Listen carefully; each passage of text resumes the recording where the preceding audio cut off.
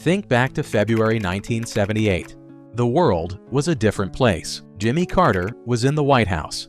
The Bee Gees were topping the charts with "Stayin' Alive," a title that would take on a grim irony in just a few days. It was an era of heavy steel cars, rear-wheel drive, and no traction control. There were no cell phones to check the radar, no 24-hour weather apps to scream warnings in your pocket. You had the morning paper, the AM radio, and the gray sky above you. It started as a Monday like any other. February 6th, in the Ohio Valley and across New England, the alarm clocks rang in the dark. The coffee brewed in percolators. Millions of Americans buttoned up their wool coats, scraped the frost off their windshields, and headed out. The forecast called for snow, typical for February. But nobody, not the weathermen, not the government, and certainly not the commuters merging onto the interstates, knew what was actually coming. They didn't know that two massive, historic weather systems were hurtling toward a collision point. One was a cold, dry Arctic blast diving down from Canada, a hammer made of ice. The other was a warm, wet moisture plume surging up from the Gulf of Mexico. They were destined to meet over the Ohio Valley and explode into a meteorological bomb. The barometric pressure was about to crash to levels usually seen only in Category 3 hurricanes. By evening, the world they knew, the street signs, the fences, the familiar roads home, would be gone. The enemy wasn't a foreign army. It was the wind. It was the ice. And for the next week, America would be under siege by the White Hurricane. The storm didn't announce itself with a roar. It began with a lie. In many places, the morning of February 6th started with rain. It was a cold, miserable drizzle that lulled people into a false sense of security. Rain meant it was warm enough. Rain meant the roads were wet, not slick. It felt manageable. It felt routine. People looked out their office windows at 10 a.m. and saw gray, slushy streets. They thought about dinner. They thought about the weekend. They didn't think about survival. But the trap was already closing. Around midday, the temperature didn't just drop. It plunged off a cliff. Within an hour, the rain turned to sleet, peppering the windows like buckshot. Then the sleet turned to snow. But this wasn't the fluffy, romantic Christmas snow. This was heavy, wet, concrete snow. And then came the wind. The wind didn't gust. It screamed. It sustained speeds of 50, 60, then 70 miles per hour. In coastal New England, gusts hit 100 miles per hour. It was a hurricane with a wind chill of 50 below zero. The transition was so violent that the National Weather Service couldn't update the forecasts fast enough. People in Cleveland and Boston reported their ears popping, the physical pressure of the atmosphere collapsing around them. The rain that had fallen in the morning flash froze into a sheet of black ice, and on top of that ice, the snow began to pile up at a rate of 3, 4, sometimes 5 inches an hour. The deception was over. The ambush had begun. The trap sprung in the early afternoon. This is where the story of 1978 turns from a weather event into a battlefield. Because it was a Monday, the schools were full. The factories were running. The offices were busy. And when the sky turned black and the snow began to blind the windows, everyone made the same decision at the same time. I need to get home. Millions of cars flooded the highways simultaneously. The result was catastrophic. On Route 128, the beltway around Boston, the traffic slowed to a crawl. Then it stopped, and then it was buried. This wasn't a traffic jam. It was a mass casualty event in slow motion. The snow was falling so fast that the plows were rendered useless. A plow would clear a lane, and 5 minutes later, it was impassable again. Drivers sat in their idling cars, watching the whiteout consume the world. They couldn't see the car in front of them. They couldn't see the guardrails. All they could hear was the wind howling like a jet engine and the gravel-like sound of ice pelting the metal of their doors. Minutes turned into hours. The gas gauges began to drop. The heat began to fade. The snow crept up the tires, reaching the hubcaps, then the door handles. It sealed the cars in. Thousands of motorists realized with dawning horror that they were not going home. They were trapped in a frozen tomb of steel and glass. On I-75 in Ohio, the scene was apocalyptic. The wind used the open highway as a runway. Semi-trucks, massive 18-wheelers weighing tons, were tossed aside like toys. They jackknifed across all lanes, forming walls of metal that completely blocked the escape routes. The drifts began to build against these trucks, rising 10, 15, 20 feet high. Inside the cars, the psychological toll was immense. There was no Google Maps to show a red line of traffic. There was no Twitter to see if help was coming. There was only the static of the AM radio, where panic-stricken voices tried to make sense of the chaos. People had to make a life or death choice. Do you stay in the car? It offered shelter from the wind, but as the snow buried the exhaust pipes, the silent killer, carbon monoxide, began to seep into the cabins. People simply fell asleep and never woke up. Or do you walk? Do you open the door, step out into a whiteout where you can't see your hand in front of your face, and try to find shelter? Many chose to walk. They tethered themselves together with scarves and jumper cables, forming human chains, stumbling blindly toward the faint, hazy glow of house lights in the distance.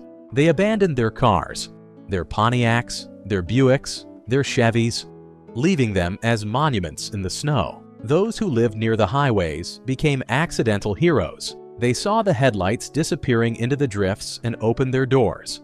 Strangers took in dozens of refugees.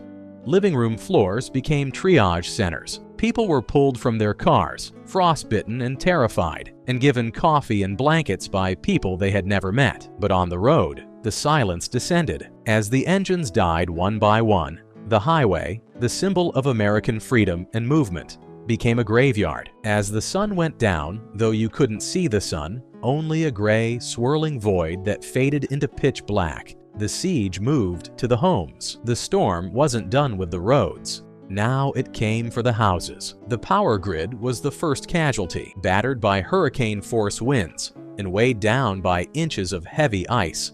The lines snapped. Transformers exploded in blue-green flashes that lit up the blinding snow for a split second before plunging entire counties into darkness.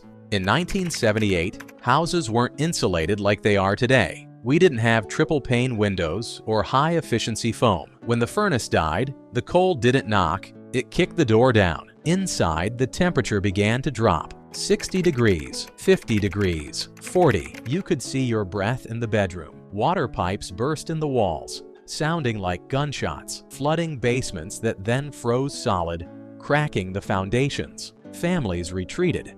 They abandoned the bedrooms and the upper floors. They huddled in a single room, usually the kitchen or the living room with a fireplace. They hung blankets over the doorways to trap what little heat they had.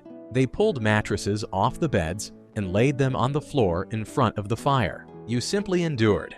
There was no choice but to survive. The food supply became a sudden obsession. The grocery stores were closed. The roads were gone. You had what was in your pantry, and that was it. It became a war of attrition. Families opened cans of Campbell's soup and heated them on top of wood stoves. They ate cold beans. They raided the freezer, realizing that the food inside was now warmer than the air outside. And the noise. The noise was relentless. The wind didn't stop for days. It battered the siding. It shook the shingles. It sounded like a freight train was parked on the roof. The house groaned under the weight of the snow. For those 3 days, the isolation was total. You couldn't open your front door, not because it was locked, but because a 10-foot drift of snow was packed against it like concrete. You were sealed in. People had to crawl out of second-story windows just to check the vents or to see if the world was still there. The radio became the lifeline. In the darkness, huddled under piles of quilts, families listened to the local DJs who stayed on the air for 24, 48, 72 hours straight. They read lists of open shelters. They took calls from people trapped in their homes. They became the voice of the storm, the only proof that civilization hadn't completely ended. But inside that struggle, there was a divide. A stark difference in perspective. For the adults, the blizzard of '78 was a catastrophe. It was a battle for heat, for oil, for food. It was the fear of the roof collapsing. It was the anxiety of a paycheck missed. It was the terror of not knowing if the car abandoned on the highway was crushed or stolen. But for the kids, it was Narnia. It was Hoth. It was absolute magic. School was canceled, not just for a snow day, but for a week, sometimes two. The snowdrifts weren't obstacles. They were architecture. The wind had sculpted the snow into hard-packed waves that you could walk on without sinking. Kids didn't see the danger. They saw opportunity. They put on their snowsuits, those one-piece nylon suits that made a swish-swish sound when you walked, and they climbed out the windows. They sledded off the roofs of their garages because the snow was piled so high it created a perfect ramp. They dug tunnels, elaborate multi-room tunnel systems through the front yards. They created caves where the wind couldn't reach them, lit by the ethereal blue light filtering through the snowpack. To a 10-year-old in 1978, the blizzard wasn't a disaster.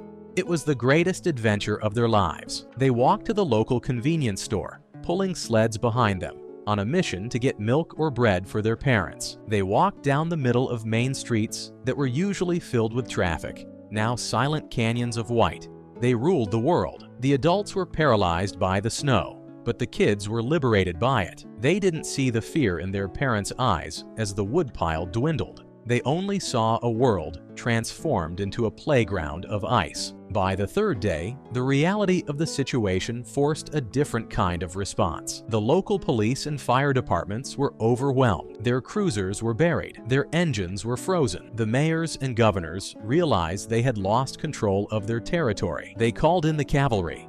The National Guard was mobilized. This wasn't a deployment to fight a riot or a war. It was a deployment to fight the drifts. It was a surreal sight. In suburban neighborhoods of Boston and Cleveland, M60 tanks and armored personnel carriers rolled down the streets. The rumble of their tracks shook the frozen ground. They were the only vehicles capable of crushing the snow. They weren't looking for insurgents. They were delivering bread.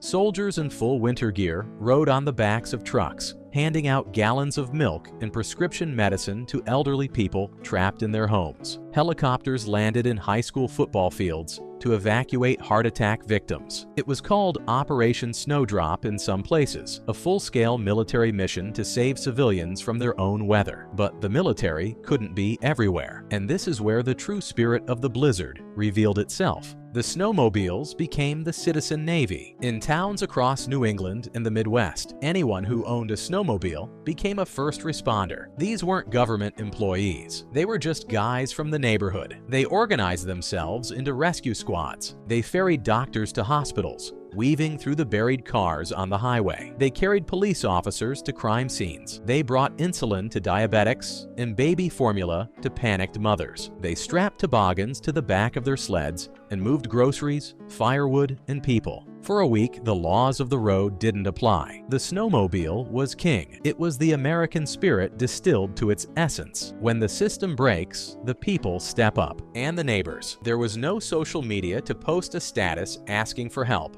You had to physically check on your neighbor. And people did. They put on their snowshoes and trekked next door. If you had a wood stove and your neighbor didn't, your house became the neighborhood shelter. Strangers slept on living room floors. People shared what little they had: cans of tuna, candles, batteries. If a car was stuck, 10 people appeared out of the mist to push it. There was no money exchanged. There was no hesitation. The adversity stripped away the superficial barriers of society. In the face of the storm, everyone was equal.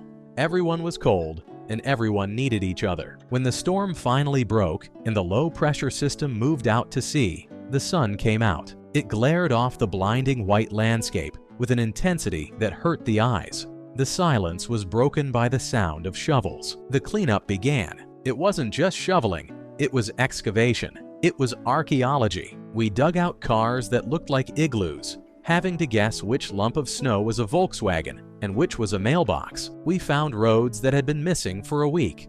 The sheer volume of snow was staggering. 27 inches in Boston, nearly 40 in parts of Rhode Island. But the drifts made those numbers meaningless. Drifts reached the traffic lights. Drifts buried the first floor of houses. And as the snow was cleared, the tragedy was revealed. The bodies were found in the cars on the highway. People who had just gone to sleep and never woken up. The toll was grim. Nearly 100 people died in Massachusetts and Rhode Island alone. The economy had paralyzed. Businesses lost millions.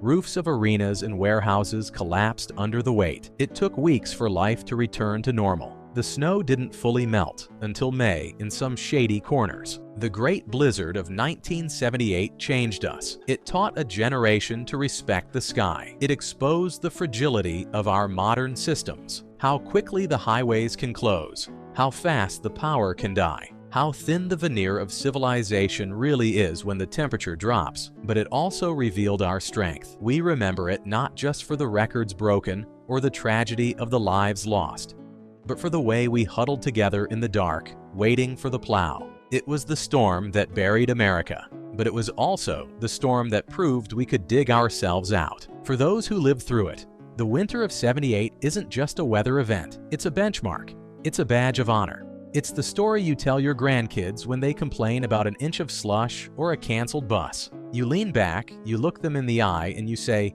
"You think this is snow?" Let me tell you about the time we walked out of the second-story window. It was a time of hardship, yes. It was a war against the wind. But looking back, through the lens of history, it was also a time when we saw the best in ourselves, reflected in the white, frozen mirror of the storm. We survived the white hurricane, and we will never forget it.